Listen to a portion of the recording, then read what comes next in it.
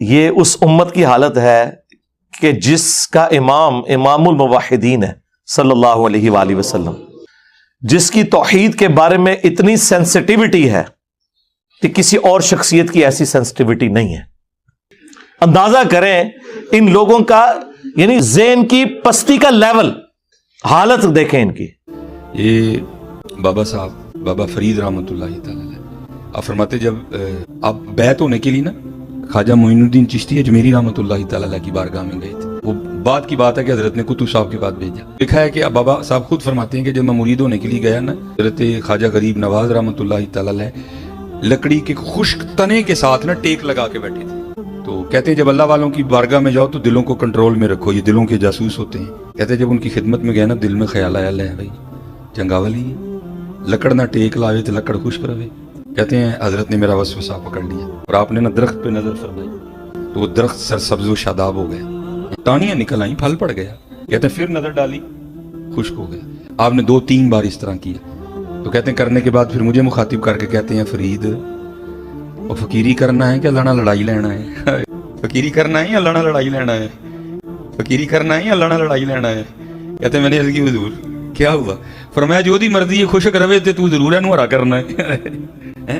ایک فقیری حضرت کو بچوں کا کھیل تو نہیں ہے نا، وہ کی کاٹ فقیری والی چڑھ سولی تے بہنا پائی جو تھی، اپنی مرضی نہیں، مرضی شہنشاہ واندی چل دی ہوتی۔ فقیری نام ہے اپنی مرضی کے ختم کر دینے کا حضرت۔ اچھا اب یہ جب ہم باتیں کریں گے نا تو وہ کہیں گے نہیں نہیں نہیں یہ تو جعلی پیر ہے۔ اصلی کیڑے نے؟ اصلی بھی چندے کھا رہے ہیں، استحصال کر رہے ہیں غریبوں کا، کوئی محنت مزدوری نہیں کرتے، لوگوں کے چندوں کے اوپر پلتے ہیں۔ کون سے اصلی ہیں؟ اللہ سے ڈر جائیں، یہ ایک پورا کاروبار ہے جو چل رہا ہے۔ سورہ التوبہ کی آیت نمبر 31، اتخذوا احبارہم ورہبانہم اربابا من دون اللہ، یہود و نصارہ نے اپنے علماء کو اور جوگیوں کو، راہبوں کو، صوفیوں کو اپنا رب مان لیا تھا اللہ کے مقابلے پر۔ اور اسی آیت کے کانٹیکسٹ میں ایک حدیث ہے جامعہ ترمذی کے اندر جو شاہ ولی اللہ دہلوی نے حجت اللہ البالغہ میں تقلید کے خلاف کوٹ کی ہے۔ عدی ابن حاتم رضی اللہ تعالیٰ عنہ مسلمان ہوئے، جو مشہور فیاض حاتم تائی کے بیٹے تھے، پہلے نصرانی تھے، تو کہنے لگے یا رسول اللہ قرآن میں ایک آیت ایسی ہے جو مجھے کھٹکتی ہے، مجھے اس کا فہم سمجھ نہیں آیا کیونکہ میں خود نصرانی تھا، ہم نے تو کبھی اپنے علماء اور بزرگوں کی پرستش نہیں کی تھی۔ تو آپ صلی اللہ علیہ وآلہ وسلم نے فرمایا کہ کیا تم اپنے علماء اور جوگیوں، صوفیوں، راہبوں کے کہنے کے اوپر اللہ کی حلال کردہ چیز کو حرام اور حرام کردہ کو حلال نہیں ٹھہرا لیتے تھے ان کے فتووں کے اوپر؟ تو انہوں نے کہا ایسے ہی تھا یا رسول اللہ۔ تو فرمایا یہی تو ان کو رب بنانا ہے۔ اب اس سے کیا مسئلہ کلیئر ہوا کہ قرآن و سنت کے دلائل کے مقابلے پر آپ نے بزرگوں کی بات نہیں ماننی، ورنہ آپ انہیں خدا مانے ہوئے ہیں، کیونکہ شریعت کا کسٹوڈین تو خدا ہے یا اس کے بہاف پہ اس کا پروفٹ ہے صلی اللہ علیہ وآلہ وسلم۔ اور دوسرا یہ بھی پتا چلا یہ جو آپ کو کہانیاں کراتے ہیں نا، علماء سے پوچھ کے چلیں۔ اللہ تعالیٰ کے محبوب علیہ السلام کیا فرما رہے ہیں کہ علماء جو فرما رہے ہیں نا وہ قرآن و سنت سے پوچھ کے چلنا ہے، کیا مولوی صحیح ہے کہنا کہ نہیں؟ آگے سے تو ادیب نے حاتم کو چاہیے تھا نا کہ یا رسول اللہ میں کوئی عالم دین تو نہیں تھا اس وقت، میں کیسے دیکھتا، یہ تو علماء کا کام ہے۔ اس کا مطلب مولوی جو بتائیں ریفرنس چیک کرنا ہے، یہی تو ہم کہہ رہے ہیں۔ ہاں کہ مرنے سے پہلے اے مسلمان کر لے اس پہ غور، کتابوں کا خدا اور ہے بابوں کا خدا اور۔ یہ اللہ کے نبی خود فرما رہے ہیں کہ ادیب نے حاتم تجھے کر لینا چاہیے تھا غور کہ کتابوں میں کیا نازل ہوا ہے اور بابے تیرے کچھ اور کہہ رہے ہیں۔ ایتونی بکتاب من قبل ھذا او اثارۃ من علم ان کنتم صادقین۔ اے نبی ان سے فرماؤ اگر قرآن کو نہیں مانتے لاؤ جو تمہارے پاس کوئی کتابیں موجود ہیں نا ان میں سے مجھے بتا دو، کوئی اس قسم کے شرکی عقائد اس میں لکھے ہوں یا انبیاء کے آثار، کوئی احادیث چلتی ہوں، سنت کا علم ہو، اگر تم سچے ہو۔ ایتونی بکتاب من قبل ھذا، کتاب کا ذکر بھی آ گیا، او اثارۃ من علم، اور علم کے آثار، کتاب بھی اور علم بھی۔ اسی کو میں نے علمی کتابی کر دیا کہ نہ میں بابی میں ہوں مسلم علمی کتابی۔ کہنے کتنے لکھا ہے جی؟ سورہ احقاف میں لکھا ہوا ہے۔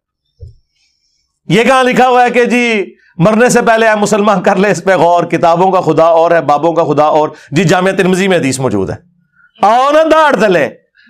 ہاں ویسے تو آپ کہتے ہیں جی دیکھیں جی ڈاکٹر اقبال نے تو حدیث کا ترجمہ کر دیا شعر کے اندر، وہ زمانے میں معزز تھے مسلمان ہو کر اور تم خوار ہوئے تارک قرآن ہو کر.